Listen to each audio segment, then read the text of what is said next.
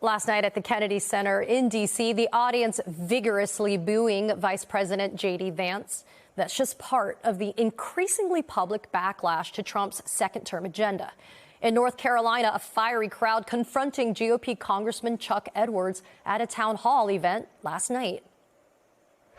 I believe that the president is very supportive of Ukraine. We should abolish the U.S. Department of Education. The decisions need to be made. Like him or not, Elon Musk has brought a lot of really smart people to Doge.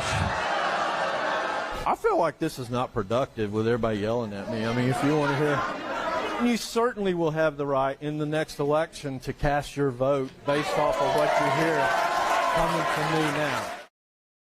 That was inside of the venue. Outside, furious constituents chanting as well.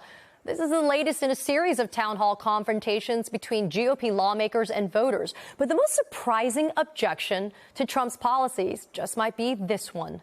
Elon Musk's company Tesla sending a letter to the White House pleading for an end to the trade war, writing that Trump's actions are hurting the electric car manufacturer. Tesla joining many other American companies in adjusting their 2025 outlook due to Trump's erratic approach. It comes amid Wall Street fears about a potential recession. Compare the stock market in the first year of Trump's first term, which continued a rise that started under Obama, giving credit where credit is due. Now let's compare that to what's happening under Trump this time around amid his escalating tariffs. That is a brutal collapse. Politically, this is dangerous territory for Trump, whose allies have downplayed and deflected criticisms about the current state of the economy.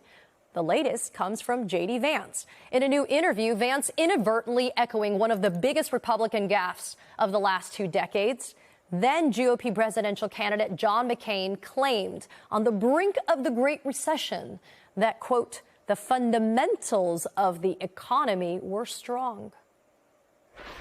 Our economy, I think, still, the fundamentals of our economy are strong. I think the fundamentals of the economy are actually quite strong right now.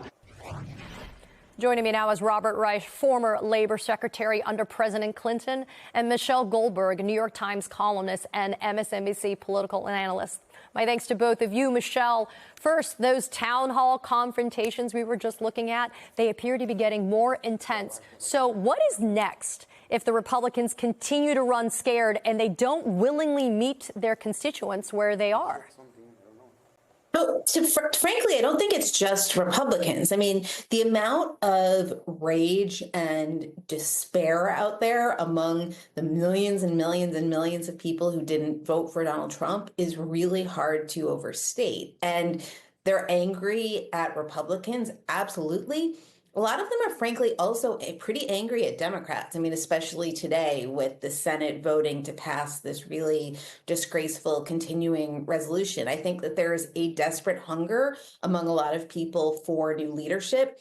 And so in some ways, you can compare this moment to the Tea Party moment, which you both saw a lot of really raucous town halls. You also saw a lot of primaries. And I think that we're heading towards both of those things. So, Robert, what happens to the fundamentals of the economy if these trade wars continue? The economy is already kind of unbalanced and fragile.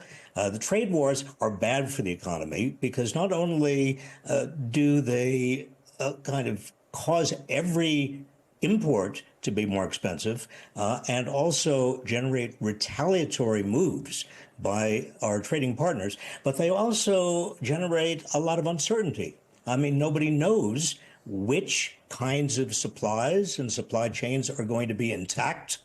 Consumers don't know about the future. People don't know about their own jobs. So you have the combination, Katie, of not only these trade wars and the uncertainties, but also Elon Musk attacking verbally Social Security and other programs that Americans depend on for their incomes. You put those two together, and there's a great deal of fear in the American economy. I mean, a lot of consumers just simply don't know where to go, what to do. A lot of producers are putting on the brakes because they don't know where the economy is going. So, Michelle, I want you to take a listen to what a GOP congresswoman just said when pressed on the real costs of Trump's policies. Take a listen. What do you tell constituents when you hear automakers say that the cost of certain vehicles is going to skyrocket? It's going to jump upwards of $12,000 because of these tariffs. Yeah.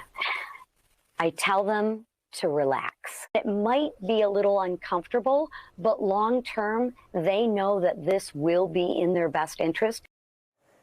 I mean, when are Republicans going to be forced to have to reckon with this attitude, this idea that Americans just have to adjust and just be uncomfortable? I mean, it really it's terrible. Yeah, I mean, look, when are they going to have to reckon with it? In 2026?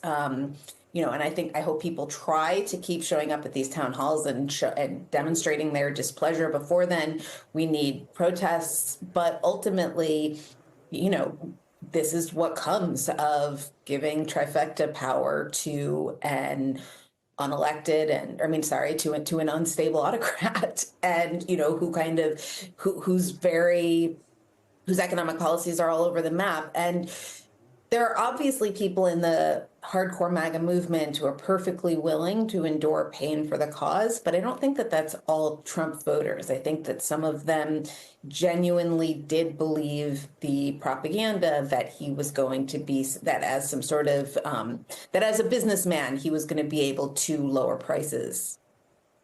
So, Robert, I want you to listen to Commerce Secretary Howard Lutnick right now talking about the trade war with Canada. Take a listen.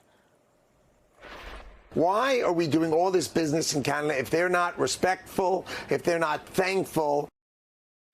I mean, when do we force neighbors and trade partners to have to bend the knee and kiss the ring before we continue to do business with them? Well, it's interesting, Katie, the word respectful and thankful. We heard that with regard to Ukraine. We expect everybody around the world, every nation, to kiss our ring, to be respectful and thankful. Well, trade is not a matter of being respectful and thankful. The economy and the global economy is not a matter of respect or thanks. It's a matter of coming up with goods and services that people want and making sure that the rules of trade are fair.